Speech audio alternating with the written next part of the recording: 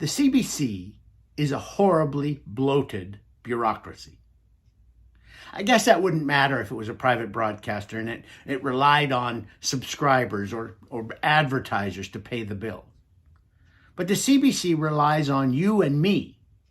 It dips into our pockets every year to the tune of 1.3 billion tax dollars. 1.3 billion tax dollars to run the CBC every year. So then it does matter that the CBC has 7 vice presidents, 10 directors general, and get this, 5 directors of finance. You want to know where the money's going in the CBC? You can't. You can't know. They're not required to divulge their annual financial statements, not in any great detail anyway.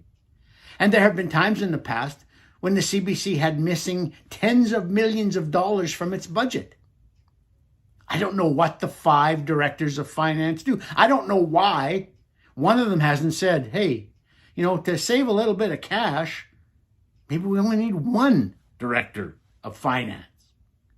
Now, how do we know all this about the CBC? Why is this news? Because this week, a federal labor arbitrator named Pierre-Georges Roy wrote a ruling about some labor matters at the CBC and divulged more about the CBC's hierarchy, more about its organizational chart than we've ever seen before, despite the fact that the CBC gets $1.3 billion a year from taxpayers.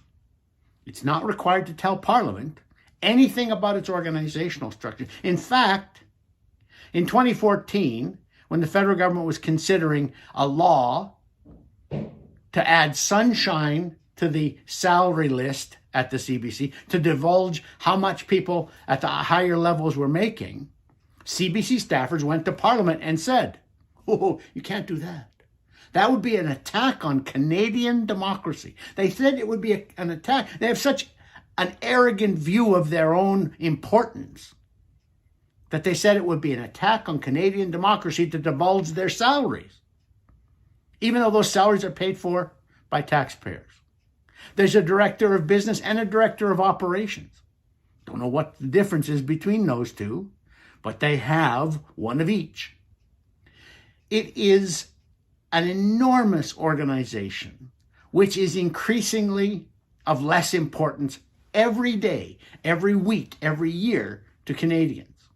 In a recent study done by the Canadian Radio, Television and Telecommunications Commission, the CRTC, they discovered that only about 28% of Canadians think the CBC is vital. And only 40% of Canadians listen to or watch the CBC at any time. I haven't watched the CBC or listened to the CBC in years. I don't need their bias. I don't need their interpretation. I don't need to hear one more time what a marvelous man Justin Trudeau is, which is what the CBC seems to devote itself to. But it gets $1.3 billion of your money and mine every year. And much of that, we found out this week, is going to a huge, top-heavy bureaucracy. It's time to give Canadians some relief and wrap up the CBC.